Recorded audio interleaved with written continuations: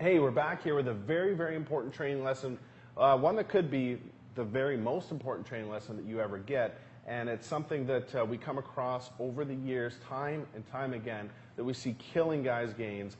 And to set this up properly, we want you to think about something for a second, because every time that you go to the gym, I guarantee you, if it's not today, tomorrow, maybe a week from now, or maybe a week in the past, you've come across more than one guy that lifts a lot of weight, that looks very, very strong because of the amount of weight that he's lifting, but yet his gains do not show it. His gains are not indicative of the amount of weight that he's lifting. There might be a very, very different looking guy that has a lot more muscle on him, standing right beside him, that's lifting a lot less weight.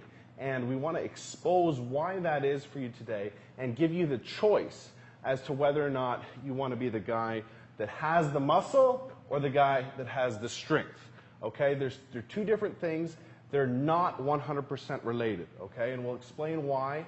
And I think you'll have a lot better understanding about how to train for muscle and how to train for strength. I'm going to pass it on to Aaron here to explain a few concepts to you. So basically, when you're in the gym and your goal is to actually pack on a lot of size, you want to stimulate the muscle. So that means you want to be explosive, keep tension on the muscle the entire time, control the negative, all the important key things that are going to break down the muscle fibers and trigger muscular growth. So the problem is all these guys just lifting heavy weight, they're using momentum to actually move this weight. You need to let your muscles do all the work, not momentum. So you've seen these guys, they're slugging around, twice as much weight as anybody else, but they're just swinging. They're bouncing the weight, doing things like this, just to train their ego rather than their muscles.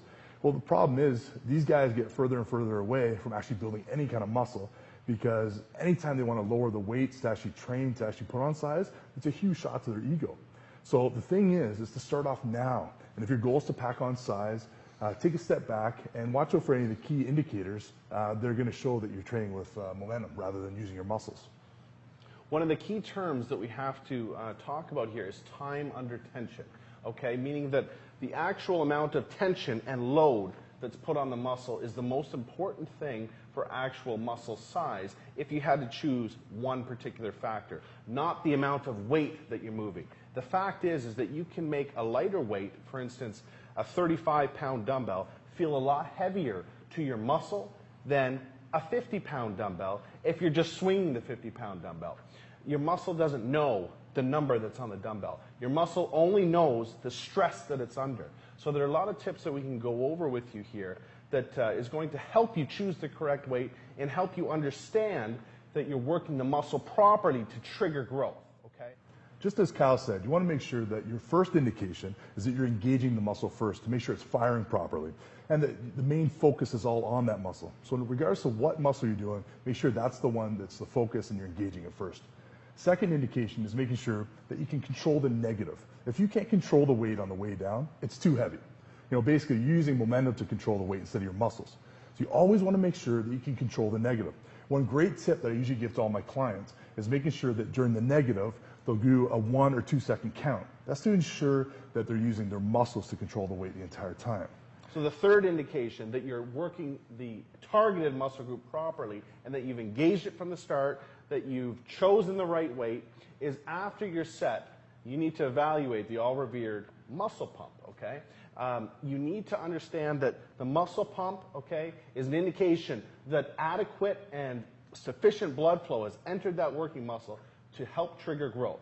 If at the end of, for instance, a working set of bicep curls like we have here, or triceps, if you're doing arms or whatever, and you're done your set and you don't feel that muscle engorged with blood, and you don't feel skin stretching as you're moving your actual arms up and down, you know you haven't engaged. I don't care if you have 2 plates of 45 on either end.